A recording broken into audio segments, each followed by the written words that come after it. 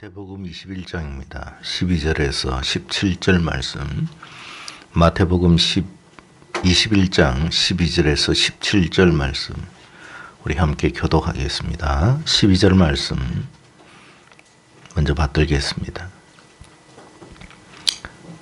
예수께서 성전에 들어가서 성전 안에서 매매하는 모든 사람들을 내쫓으시며 돈 바꾸는 사람들의 상과 비둘기 파는 사람들의 의자를 둘러보시고 그들에게 이르시되 기록된 바 내 집은 기도하는 집이라 일컬음을 받으리라 하였거늘 너희가 강도의 소굴을 만드는도다 하시니라. 맹인과 전원자들이 성전에서 예수께 나오매 고쳐주시니 대제사장들과 서기관들이 예수께서 하시는 이상한 일과 또 성전에서 소리질러 호산나 다윗의 자손이여 하는 어린이들을 보고 도하여 예수께 말하되 그들이 하는 말을 듣느냐?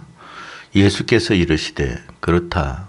어린 아기와 젖먹이들의 입에서 나오는 찬미를 온전하게 하셨나이다 함을 너희가 읽어본 일이 없느냐 하시고 17절 같이 읽습니다. 그들을 떠나 성밖 베다니에 가서 거기서 아멘. 네. 신앙생활을 우리가 함에 있어서 최종적인 우리의 신앙의 모습을 우리가 어디에서 판단을 받느냐 하면 이 땅에서 받는 것이 아닙니다. 최종적인 우리의 신앙의 모습을 판단받는 것은 바로 주님의 심판대 앞에서 우리의 신앙의 모든 것을 판단받게 될 것입니다. 마태복음 25장에 보면 주님께서 세 가지 비유를 말씀하셨습니다. 열처녀의 비유가 나오고 종들에 대한 비유가 나오고 양과 염소에 대한 비유를 말씀하셨습니다. 결국 이 비유를 통해서 그때 모든 것이 판결이 날 것이다 라는 말씀을 우리에게 하고 계십니다. 무엇으로 그러면 우리의 신앙을 판단하실까 하는 것을 우리가 생각하지 않을 수가 없습니다. 그것은 한마디로 하나님을 얼마나 깊이 만났느냐, 하나님을 얼마나 깊이 교제했느냐, 하나님과의 얼마나 깊은 관계를 가졌느냐로 하나님이 판단하게 될 것입니다. 그러나 일반적인 우리의 모습으로 이러한 것을 우리가 판단하기는 어려울 것입니다. 그렇기 때문에 하나님의 심판대 앞에 가서야 비로소 이 모든 것이 분명하게 드러나게 될 것입니다. 마태복음 7장 22절에 보면 주님께서 나더러 주여 주여 하는 자마다 다 천국에 들어갈 것이 아니라 하셨습니다. 우리가 주님 주님 하면 다 천국에 갈 것이라 생각을 하는데 주님이 그렇게 되지 않을 것이라 하셨습니다. 그러면서 다만 하늘에 계신 내 아버지의 뜻대로 행하는 자라야 들어가리라. 그날에 많은 사람이 나더러 이르되 주여 주여 우리가 주의 이름으로 선지자 노릇하며 주의 이름으로 귀신을 쫓아내며 주의 이름으로 많은 권능을 행하지 아니하였나이까 하리니 그때 내가 그들에게 밝히 말하되 내가 너희를 도무지 알지 못하니 불법을 행하는 자들아 내게서 떠나가라 하리라 하셨습니다. 사실 선지자 노릇을 한다는 것은 굉장한 일을 한 것입니다. 주님의 이름으로 귀신을 쫓아낼 수 있는 권능을 가졌으니까 이 일이 보통이 아닐 것입니다. 그런데도 주님께서는 나는 너희를 도무지 모른다고 할 것이다 라고 하셨다는 사실입니다. 분명히 자기 자신은 하나님을 잘 믿는 신앙인이라고 생각을 했을 것입니다.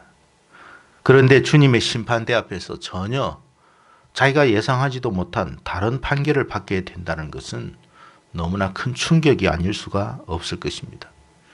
만약에 자신이 걸어왔던 신앙의 걸음이 잘못된 것이었음을 진작에 알았다면 결코 주님의 심판대 앞에서 이 같은 판결을 받지는 않았을 것입니다.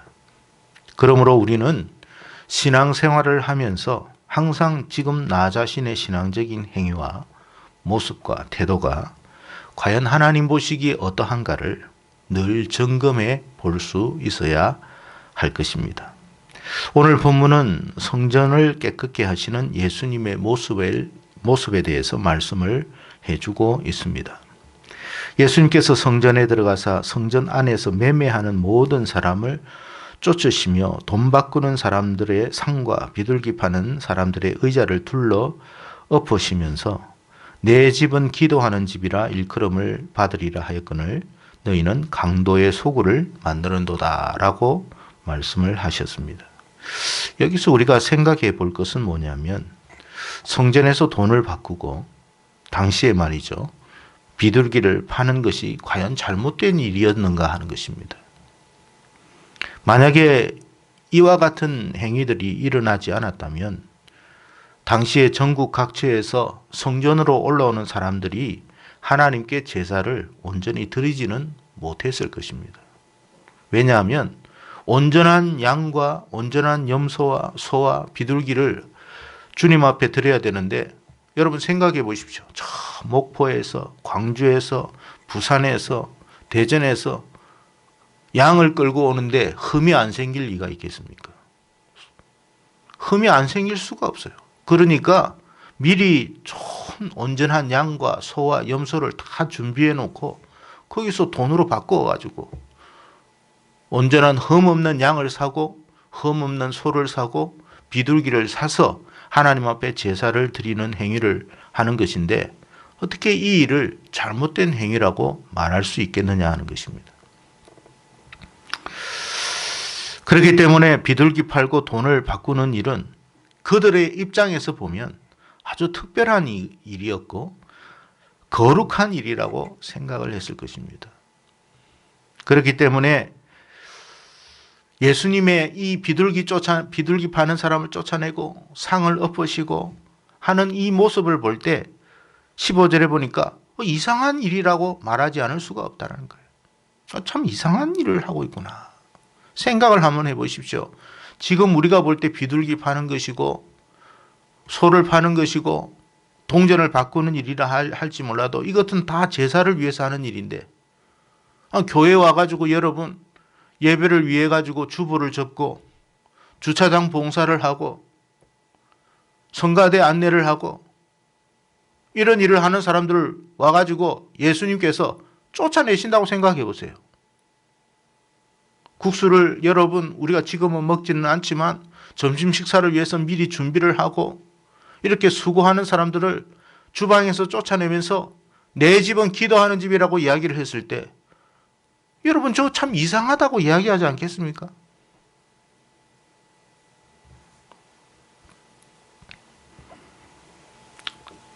그렇다면 오늘 본문을 통해서 우리가 생각해 봐야 할 게 뭐냐 하는 것입니다. 여러분 지금까지 우리는 아무런 의심 없이 우리가 행해 왔던 모든 신앙적인 행위가 실상 하나님께서 기뻐하시는 일인지 한 번 더 점검해 볼 필요가 있다는 거예요. 무슨 말이냐 하면 우리가 교회에 와서 이런저런 일들로 많은 수고를 하고 봉사를 하는 가운데 혹시 우리의 이 같은 일들 속에 하나님이 기뻐하지 않는 일은 없는지를 생각해 볼 수 있어야 한다는 거예요. 분명 교회에서 예배를 위해서 하는 일 아닙니까? 앞에 나와가지고 여러분 주보를 접고 또 접은 주보를 오시는 분한테 여러분 일일이 나누면서 여러분 다 이거 예배 준비하기 위해서 한 것이고 더 나은 예배를 위해서 한 거 아니겠습니까? 찬양을 위해서 여러분 드럼을 하고 기타를 치고 여러분 피아노를 하는 사람들을 주님께서 쫓아내신다면 누가 그 사람을 여러분 이상하다고 하지 않을 수 있겠냔 말이에요. 지금 우리가 볼 때에는 정말 예수님은 이해할 수 없는 행동을 한 거예요.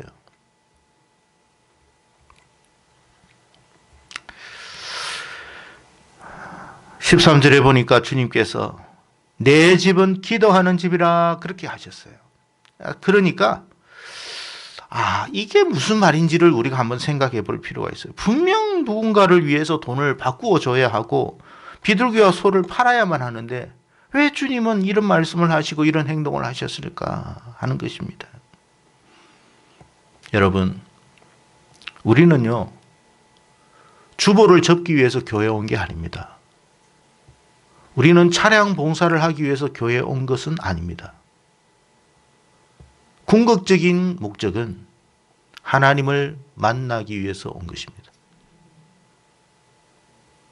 그렇다고 주보를 접지 말라, 국수를 삶지 말라, 차량 봉사를 하지 말라, 찬양을 위해서 준비 찬양하지 말라, 그런 거 아니에요. 돈 바꾸지 말라도 아닙니다. 비둘기 팔지 말라도 아닙니다. 왜 거기서 그치느냐 이 말이에요. 왜 하나님 만나지 않고 그것만 하고 가느냐 이 말이에요. 여러분, 수없이 우리가 교회를 다니는데 주님을 만나지 않고 돌아간다면 그 교회에 오신 의미가 뭐가 있냐 말이에요. 우리가 단지 여러분 10시 예배에 참석하기 위해서 아침을 그렇게 여러분 분주하게 여러분 이렇게 보내고 차를 움직여 가지고 여러분 피곤한 가운데 여기에 와가지고 주보도 접고 안내도 하고 봉사도 하고 이런저런 일도 다 하면서 주님 만나지 않고 돌아간다. 그 교회에 왜 왔느냐 이 말이에요. 하나님을 만나지 않고 돌아가는 그 교회라면, 그 예배라면 그게 무슨 의미가 있느냐 말이에요.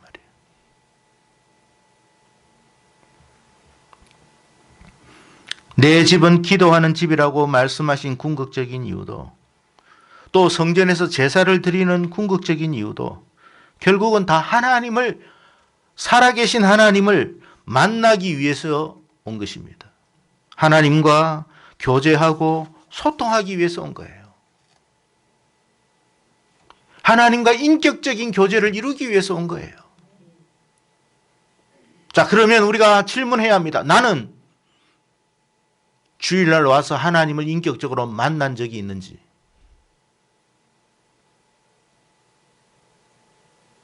하나님을 인격적으로 경험해 본 적이 있는지, 그 하나님 때문에 감동하고 그 하나님 때문에 기뻐하고 때로는 그 하나님에 의해서 내가 무릎을 꿇고 회개한 적이 있는지, 그 하나님을 만나서 내가 치료받고 회복받고 힘을 얻고 소망을 얻었던 적이 있었는지, 그런 것이 없다면 그냥 돈만 바꾸고 간 거예요. 그냥 비둘기 팔고 사고 하고 끝난 거예요.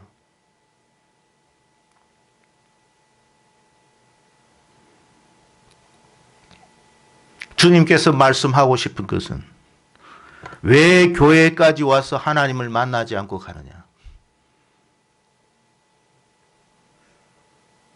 우리가 찬양을 드릴 때도 이 찬양이 하나님을 만남으로 말미암아 감격에 나오는 찬양이어야 합니다.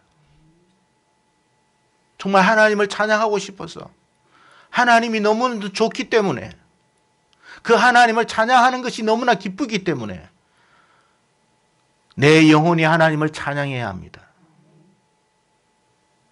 그러지 않으면 그건 찬양이 아닙니다.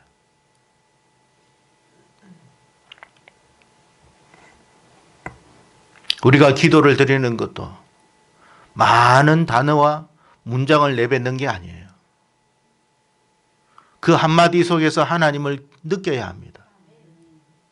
하나님의 사랑을 느껴야 하고, 하나님의 은총을 느껴야 하고, 때로는 하나님의 꾸지람도 경험해야 합니다.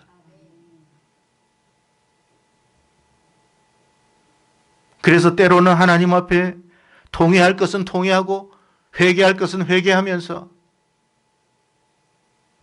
하나님의 은총을 구할 수 있어야 한다는 거예요. 그게 하나님과의 인격적인 만남이에요. 그럴 때에 우리에게는 뭐요? 하나님으로부터 오는 놀라운 회복과 치유가 있는 거예요. 하나님의 은총의 능력이 우리에게 임하게 됨을 자신이 경험하게 되는 거예요. 아, 하나님이 나를 회복시켜 주시구나. 하나님이 나를 치료시켜 주시구나. 나를 온전케 하시구나. 그래서 오늘 성전에 보니까 주님께서 병든 자, 상한 자 치료해 버리잖아요. 왜 왔습니까? 치료받기 위해서 온 거예요. 여기가 하나님의 회복의 장소요, 우리의 치유의 장소요, 절망에서 소망으로 변화되는 장소인 줄로 믿으시기를 바랍니다. 아무리 세상에서 낙심하고 절망된 일이 있더라도 주님을 만나기 때문에 다시 소망을 갖고 일어설 수 있는 힘을 가질 수 있어야 됩니다. 그게 교회예요.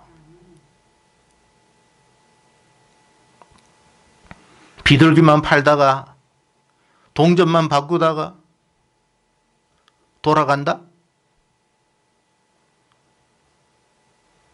여러분, 그건 교회를 온 게 아니에요. 하나님을 만난 게 아니에요.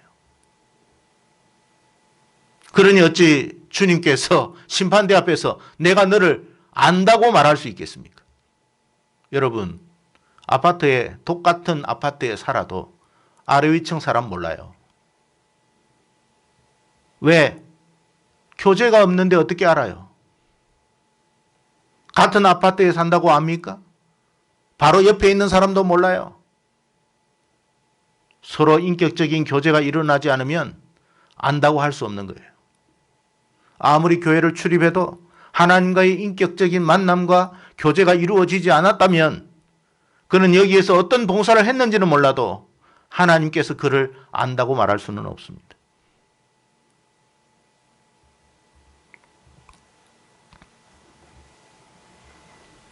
우리는 이 교회에서 살아계신 하나님을 만나야 합니다. 그분이 내 아버지임을 느껴야 합니다. 내가 그분의 자녀인 것이 느껴져야 합니다.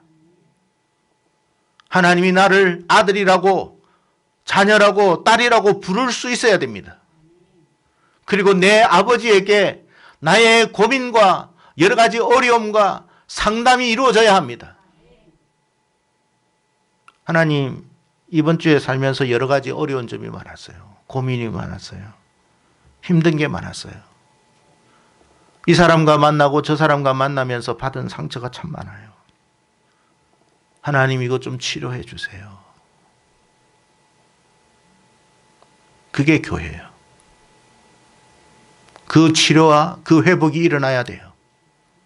여러분의 한 주간 살아오면서 어떤 상처가 있는지는 몰라도 그 상처를 주님 앞에 가지고 가야 합니다. 심지어는 여러분, 코로나로 내 몸이 상한 것이 있으면 그걸 가지고 주님께 가야 돼요.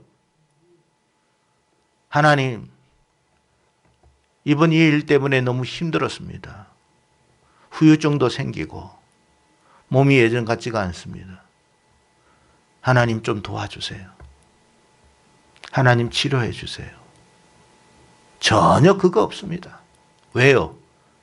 하나님에 대한 기대가 없기 때문에.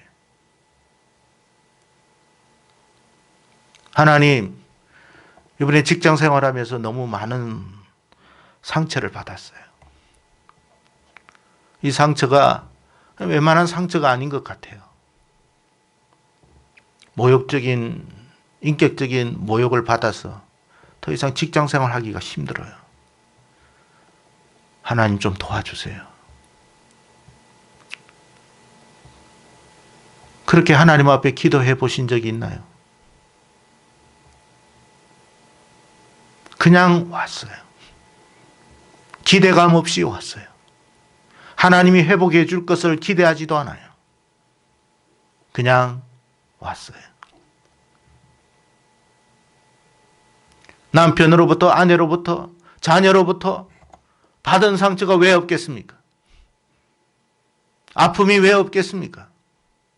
괴로움이 왜 없겠습니까? 슬픔이 왜 없겠습니까? 전혀 하나님 앞에 그런 부분 이야기하지 않습니다. 무슨 인격적인 만남이 일어나겠습니까? 무슨 회복이 있겠어요? 하나님, 전 잠을 잘 못 자요. 하나님, 좀 이것 좀 너무 힘들어요. 고쳐주세요. 그런 것이 자연스러워야 되는 거예요. 하나님, 저는 친구 관계가 너무 힘들어요. 왠지 모르겠습니다. 하나님, 좀 도와주세요. 그런 부분을 놓고 진솔하게 하나님과 대화해 본 적이 없어요. 근데 무슨 치료가 일어나고 회복이 일어나겠습니까? 사업이 안 되면 사업이 안 된다고 이야기하고 왜 안 되는지에 대해서도 이야기하고 구체적으로 하나님 앞에 아뢰어야 됩니다. 전혀 그런 것 없어요.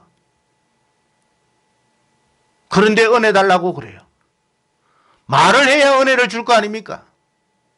호소를 해야 하나님께서 회복시켜 주실 거 아니겠습니까?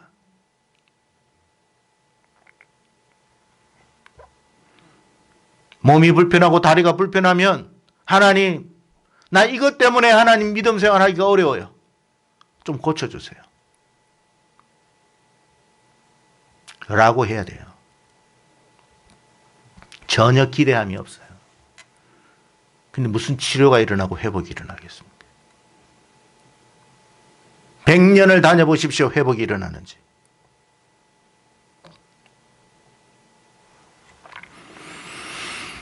여러분, 하나님을 만나지 않는 예배가 무슨 의미가 있겠습니까? 하나님 앞에 양을 가져온들, 소를 가져온들, 동전을 바꾼들, 그 돈이 로마 돈이든 이스라엘 돈이든 하나님 앞에서는 무슨 의미가 있겠습니까? 똑같은 동전일 뿐인데. 우리가 동전을 바꾼다는 행위, 우리가 좀 더 나은 염소를 드린다는 행위, 이 모든 것은 하나님을 만나기 위한 하나의 과정 아니겠습니까?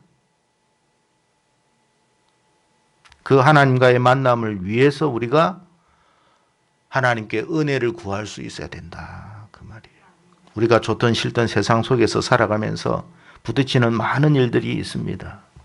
상처를 때로는 받기도 하고 상처를 주기도 하고 하나님을 기뻐하시는 일만 한 것도 아니고 하나님께서 기뻐하지 않는 일을 행했던 것이 또한 우리의 모습이기도 합니다. 때로는 시기하고 질투하고 누군가와 다투기도 하고 원망하고 미워하는 것이 우리의 일상입니다. 이 모습 그대로를 하나님께 가져가야 돼요. 왜 내 모습은 이것밖에 안 되는지 모르겠습니다. 하나님. 기대감이 없는 거예요. 기대감. 교회를 와도 기대감이 없어요. 기대감 없는 그 사람은 하나님을 만난 게 아니에요.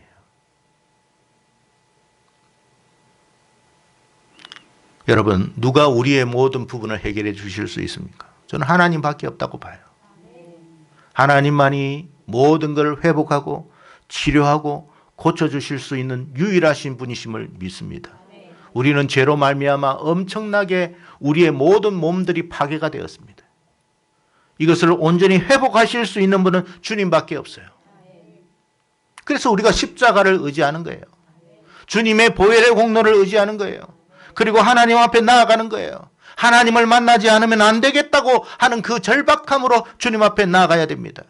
그럴 때에 하나님의 놀라운 치유와 회복의 역사가 일어나는 거예요. 그럴 때에 성전에서 찬양이 일어나고 그것이 어린아이라 할지라도 찬양이 나올 수 있고 병든 자 상한 자가 회복을 받고 나아가는 거예요. 그러니까 놀라운 일이에요. 왜 동전 바꾸는 사람들을 엎으시고 뭡니까? 비둘기 파는 사람들, 소 파는 사람들 다 쫓아내는데 여러분 하나님께서 치유하고 병든 자 고쳐주는 일들을 행하십니까? 성전은 그런 곳이기 때문에 그런 겁니다. 하나님을 만나는 거예요. 우리의 모든 것이 회복되는 곳이에요. 그게 성전이에요. 그래서 여러분 야곱 강변에 있는 야곱처럼 우리는 이렇게 이야기해야 합니다. 하나님 나를 축복하지 않으면 안 됩니다. 하나님 나를 축복해 주시옵소서. 하나님 나를 고쳐주시옵소서. 그러지 않으면 결코 하나님을 놓지 않겠습니다라는 그런 여러분 결단과 의지가 우리 안에 있어야 한다는 사실이에요. 그런데 여러분 10년을 교회를 다니는데 그런 일이 없어. 10년을 옆집에서 살았는데 한 번도 인사도 안 했어. 그 사람을 알아요, 여러분? 모르는 거죠. 그러니 모른다고 할 수밖에 없어요. 내가 너희를 도무지 알지 못하니 불법을 행하는 자들아 내게서 떠나가라. 여러분 종교생활과 신앙생활의 차이가 뭔지 아십니까? 그것은 하나님과의 인격적인 교제가 있느냐 없느냐에 따라서 갈라지는 거예요. 하나님은 우리와 인격적으로 교제하기를 원하십니다. 그래서 우리를 자녀로 삼아 주신 거예요. 여러분 종과는 인격적인 교제를 이루는 게 아니에요. 그냥 일만 시키면 되는 거지. 하나님은 우리를 종으로 부른 게 아니에요. 자녀로 불러주심을 믿습니다. 자녀와 여러분 교제하는 것이 여러분 당연한 거 아닙니까? 자녀와는 살도 함께 부빌 수 있는 것이고 같이 밥도 먹는 것이고 같이 좋은 데 놀러도 갈 수 있는 것이에요. 그게 자녀예요. 누가 종들하고 그렇게 합니까? 우리가 열심히 찬양을 부르는 이유도, 우리가 교회에서 이런저런 봉사를 하는 이유도 결국에는 하나님을 인격적으로 만나기 위해서입니다. 성도 여러분, 주님의 몸된 교회에서 주님과의 인격적인 만남을 이루기 위해서 더욱 힘쓸 수 있기를 축복합니다. 선포되어지는 말씀을 통해서 우리가 통회하고 자복할 일이 있으면 통회하고 자복하시기를 바랍니다. 간절한 기도를 통해서 하나님의 응답을 받는 축복을 경험하실 수 있기를 바랍니다. 찬양 가운데 살아계신 하나님을 경험하고 그분의 은총을 삶에 누릴 수 있기를 축복합니다.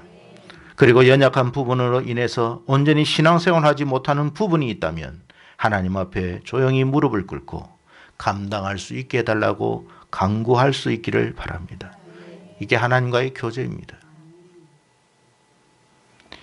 그리할 때 긍휼이 풍성하신 하나님께서 무한한 은총을 우리에게 베풀어 주실 줄로 믿습니다.